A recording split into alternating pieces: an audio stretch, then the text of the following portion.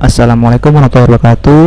Pada video kali ini saya akan membahas tentang lanjutan materi Society semester 1, yaitu tentang Logic Building and Effective Problem Solving. Nah, sebelum kita memulai materinya, jangan lupa subscribe ke channel, like and share this video. Thank you and enjoy the video. Kan materi yang kemarin yaitu tentang pseudocode, yaitu pseudocode materi yang terakhir itu adalah pseudocode perulangan. Terakhir itu kita bahas tentang while do. Nah, sebelum materi selanjutnya, ini materi lanjutan dari proses perulangan atau materi perulangan pada pseudocode, yaitu yang sebelumnya adalah for dan juga while do. Nah, sebelum kita masuk ke materi proses perulangan yang lainnya, kita akan membahas terlebih dahulu atau merefleksikan kembali while do itu apa sih gitu, dan juga kita akan mengimplementasikan modular programming di pseudocode kayak gitu. Modular programming itu apa sih? Nanti kita akan bahas. Oke, kita lanjut ke materi yang utama, yaitu tentang while do-nya terlebih dahulu untuk mereviewkan kembali.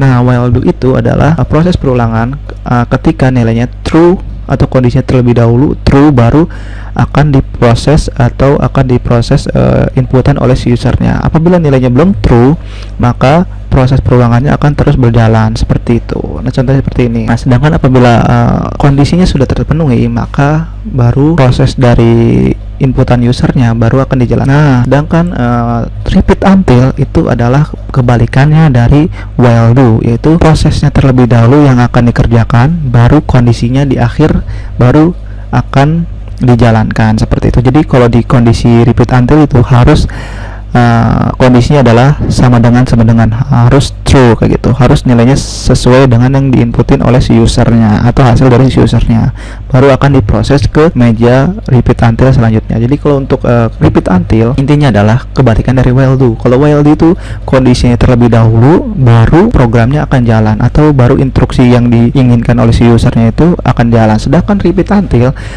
instruksi yang dimasukin oleh si usernya terlebih dulu yang dijalankan, baru kondisinya diakhiri oleh kondisi dari repeat until-nya itu, diakhiri dengan until-nya itu. Oke, jadi seperti itu. Jadi kalau while do itu di awal kondisinya terlebih dahulu baru prosesnya, sedangkan repeat until adalah instruksi yang dimasukkan oleh si user terlebih dahulu baru kondisi si repeat until-nya. Seperti itu nih, contohnya seperti ini untuk menilai untuk menghitung rata-rata pada nilai kayak gitu. Jadi contoh seperti ini, contohnya adalah di sini adalah kita bisa melihat nilainya, totalnya, terus counternya, habis itu rata-ratanya. Nah, di sini apabila counternya itu masih kalau ini kan dia masih kombinasi antara for dan juga, contohnya seperti ini. Ini adalah flowchart dari repeat until. Jadi yang dimasukin atau rulesnya terlebih dahulu nih, contohnya ini rulesnya itu dijalanin terlebih dahulu, ditampilkan. Contohnya apabila NCTR nya masih nggak sama dengan 20, maka dia akan ngelooping kayak gitu. Apabila dia sudah melewati atau sudah sama dengan 20, wajib sama 20, maka dia berhenti. Kalau dia lebih, dia juga bakal ngelooping terus, harus nilainya bernilai 20 seperti itu. Ini adalah proses dari repeat and until. Namanya juga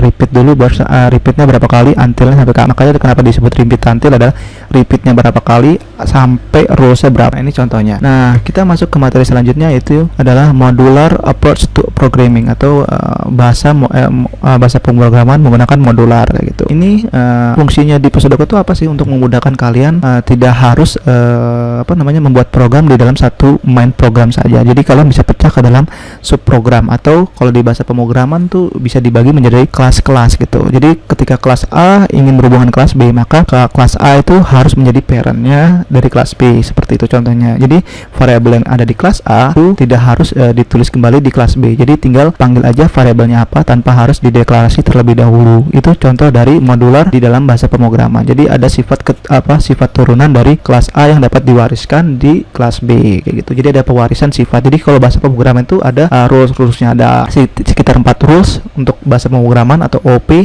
Kita akan bahas di next chapter kayak gitu, atau next semester kayak gitu. Jadi kalau di sini cuma kayak intronya dari bahasa pemrograman itu apa apa sih kayak gitu. Jadi ini udah kita bahas tentang sedikit sifat dari bahasa pemrograman, yaitu mempunyai sifat turunan atau memiliki pewarisan kayak gitu, atau kalau sifat turunan atau pewarisan lah intinya begitu. Ini adalah pengertian dari modular sesuai yang saya bicarakan sebelumnya. Jadi bisa dibagi menjadi beberapa subprogram atau dibagi menjadi program-program kecil kayak gitu untuk dijatuhkan ke dalam main program. Itu intinya di sini adalah inti dari pengertian dari modular approach to programming adalah di sini. Di dividing a program into modular makes it easy to understand and debug. Jadi jika program itu dapat dipecah menjadi dua atau lebih ke dalam modul yang akan mempermudah kalian untuk mengerti dari program tersebut dan dapat dijalankan lebih efisien lah kayak gitu, supaya load balancing yang ada di memori laptop kalian itu tidak kemakan banyak seperti itu. Lanjut ya. Nah, ini adalah tekniknya yang sudah saya jelaskan di awal yang sebelumnya. Jadi kalau modular itu kayak gimana sih cara kerjanya itu seperti ini. Yang saya bilang di awal kan kelas A ini contohnya main programnya adalah kelas A, sedangkan subprogramnya adalah kelas B, C, dan D. Yang mana itu adalah ketika kelas A-nya itu sudah deklarasikan suatu variabel, maka di kelas subprogramnya itu atau di dalam modulsnya itu tidak harus mendeklarasikan variabel tersebut kembali. Contohnya seperti ini. Contohnya adalah sini adalah variabel globnum-nya apa? Contohnya ketika diklik angka 1, maka 1 ini akan menjalankan call modul 1. Nah, di call modul 1 ini akan menjalankan modus yang ada di modul 1 ini atau modus B lah saya bilang. Nah, seperti itu. Jadi ketika main program sudah mendeklarasikan contohnya num 1, num 2, num 3. Nah, ketika di call modulus ini contohnya hitunglah untuk menghitung penjumlahan. Itu subtract. Subtract itu adalah pengurangan. Habis itu ada namanya perkalian, kali gitu kan. Nah, ketika kalian sudah mendeklarasikan variabel yang ada di sini, mendeklarasikan di mainnya, maka kalian tidak wajib hukumnya untuk mendeklarasikan variabel kembali, karena variabel yang ada di sini sudah memiliki atau modul ini sudah mewarisi sifatnya gitu, mewarisi sifat dari parentnya. Jadi kayak gitu. Jadi anak sudah pasti mewarisi sifat dari orang tuanya gitu. Jadi ini adalah main program adalah parentnya, sedangkan modulus ini adalah childnya, seperti ke materi pembagian program ke dalam modulus. Saat membagi program yang kompleks ke dalam modul, Anda dapat mendeklarasikan variabel dari awal atau begin end block dari main program yang saya sudah sebutkan di awal seperti itu. Nah, variabel juga dapat dideklarasikan di luar begin dan end seperti itu dari main programnya. Nah, di sini di dividing program into modules itu terdapat dua cakupan area atau scope, ada dua scope lah untuk mendeklarasikan variabelnya. Ada namanya global scope, ada juga local scope. Jadi kalau global scope ini adalah ketika kalian sudah mendeklarasikan variabelnya di main program, maka tidak wajib hukumnya mendeklarasikan variabelnya ke dalam childnya. Sedangkan kalau lokal, apabila dia ingin memanggil ke dalam globalnya atau ke dalam parent atau beda kelas, itu tidak bisa, karena local scope itu hanya bisa di satu kelas tersebut atau cuma hanya di prosedurnya tersebut atau modulnya tersebut saja, seperti itu. Itu contoh dari atau perbedaan dari global scope dengan local scope. Jadi kalau global scope itu variabel yang kalian deklarasikan atau sesuatu yang kalian deklarasikan di sini dapat dipanggil ke dalam subnya. Sedangkan kalau yang lokal, ketika kalian deklarasi di subnya, kalian tidak bisa deklarasi di subnya lagi, sub yang lain kayak gitu. Jadi kalau global itu bisa dideklarasikan di subnya ataupun di yang lain-lainnya kayak gitu, karena dia sifatnya global kayak gitu. Nah, contoh seperti ini. Contohnya ini adalah deklarasi global scope atau global variable seperti itu. Contohnya seperti ini. Ketika kalian di main program sudah mendeklarasikan variabel ini num 1, num 2, dan num 3, sedangkan di modusnya itu kalian tidak wajib hukumnya untuk mendeklarasikan kembali n sum 1, n sum doang, terus n num 1 dan n num 2, karena modul sum ini sudah mewarisi sifatnya emaknya, sudah mewarisi sifatnya main program ini kayak gitu. Jadi ketika kalian membuat sub modul atau sub program atau namanya di sini adalah modules, maka kalian tidak wajib hukumnya untuk mendeklarasi ini. Seperti itu. Itu adalah contoh dari global variable atau global scope gitu. Nah, sedangkan kebalikannya, local variable itu seperti ini. Local variable ketika kalian sudah mendeklarasikan di sini num 1, num 2, ketika kalian sudah mendeklarasikan num 1, num 2, maka di sini kan belum ada n sumnya, maka kalian wajib hukumnya mendeklarasikan modul sum ini atau deklarasi variabel nsum ini. Tapi nsum ini tidak bisa dibawa ke dalam sini. Maka ketika kalian ingin menampilkan di sini, statementnya akan invalid seperti itu. Karena di main program tidak ada namanya nsum. Yang ada nsum itu adalah di modulsnya atau child-nya. Ini kan modulus ini adalah child programnya. Ini adalah parent. Gitu. Biar gampang adalah main program adalah parent, sedangkan modul itu adalah child-nya seperti itu. Maka dari itu ini makanya di sini dibilang adalah invalid statement, karena ketika ingin dipanggil ke dalam main programnya kembali, main programnya itu tidak tahu apa sih variable nsum ini yang mana sih gitu. Variable nsum ini nggak ada loh di main program, maka sintaknya bakal error seperti itu. Itu adalah logika dari cara kerja dari modul atau subprogram atau child dari program seperti itu.